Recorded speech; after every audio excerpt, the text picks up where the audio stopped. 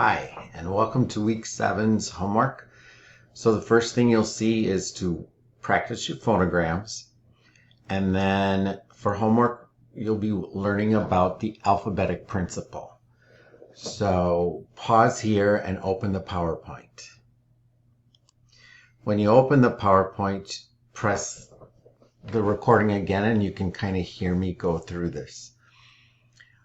On the next slide are the objectives. And what you're going to be doing is reading chapter 2.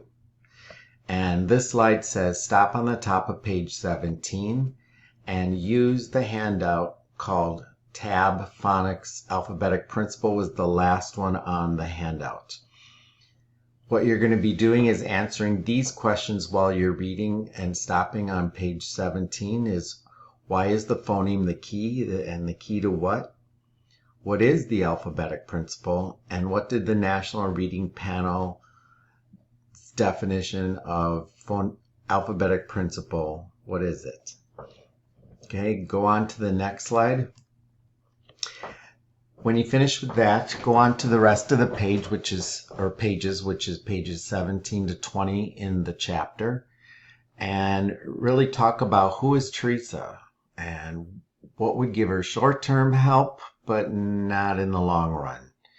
And what did the teacher Lisa come to understand? And you can use that same advice. If you look in Canvas, I put my notebook page 67 and what that looks like. And then you can also click on page 68. I put that in the agenda. Kind of this is what it would look like for Teresa. And then you're going to be reading the other stories and adding those notes to this. And these directions are right here to talk about Rashid, Derek, Anisha, and Kurt's stories and what do children need to know so they can read words. Okay. Then in class we'll discuss them and kind of look at a chart similar to this. When you're all finished, then put it in the submission link and you're all set. And I'll see you next week. Bye.